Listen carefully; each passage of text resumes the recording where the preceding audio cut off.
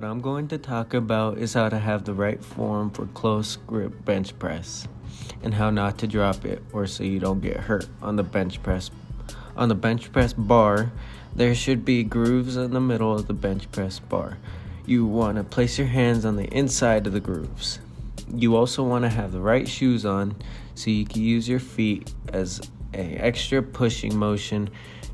And whenever you put your feet on the floor, you want to make sure that your feet are placed firmly below and not stretched out. Then you push up, and then whenever you have the bar off the rack, you go ahead and go down. Then you go back up and do the same motions, and what you want to do is 8 to 12 reps per set. That is the recommended amount for building strength and endurance.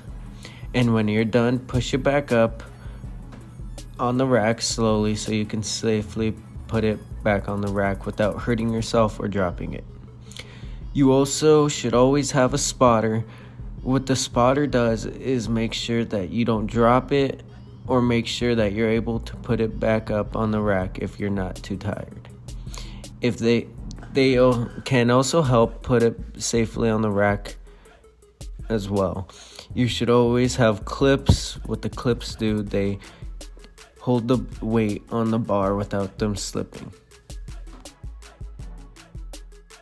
Today, I'm going to be talking about how to squat correctly.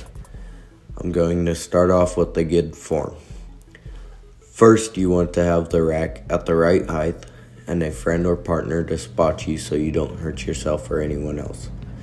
Then you want to pick the desired weight and put it on and the weight clips so that the weight doesn't fall off and hurt you. You then want to put your hands on the bar, shoulder width apart, and then step under. Then put the bar on the bottom of your neck and the top of your shoulders. Take a step back, keeping your back and head straight. Go down into a squat position. Make sure you keep a good form at all times, otherwise you have a chance of hurting yourself or others. Usually the heavier the weight, the less reps you do, but the less weight, the more reps you can do.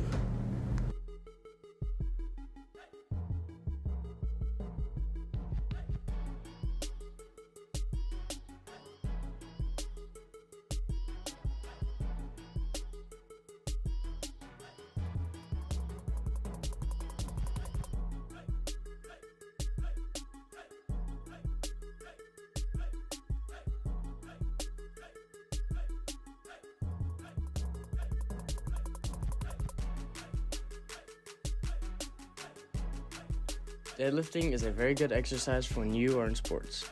It can build explosiveness, core strength, and leg strength, as well as quite a bit of other muscle groups. It can be very beneficial if the lifting is done correctly and can improve the body overall quite a bit. But if the lifting is done incorrectly, it can damage your back or neck severely. When deadlifting, there are a few things that are useful before you even start. A supportive belt is a very important part of deadlifting, especially if you are lifting heavy. Another useful thing to have is the right shoes. Deadlifting needs to be in shoes that won't slide, are flat, and are supportive. Now, the deadlifting. You want to stand with the bar over the center of your feet. You want to have your shoulders in front of the bar and arms vertical to the floor. Then you want to put your hands shoulder width apart on the bar. There are also little grooves that are on the bar where you can put your hands as well. That just depends on what you like to do or what feels better. You want one hand to have an overhand grip and the other is an underhand grip so the bar does not slip or roll. You want to put your feet slightly more apart than shoulder width and your feet pointing straight ahead. There is also a stance called the sumo stance where your feet are spread quite a bit apart. This allows you to pull the bar up to a shorter height and is easier to lift heavier weight. Once you get to the right stance, you raise your hips until you feel hamstring tension.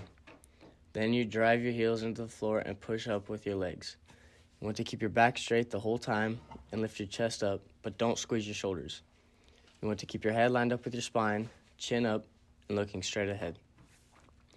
You want your back straight up with a slight arch, not rounded or flattened.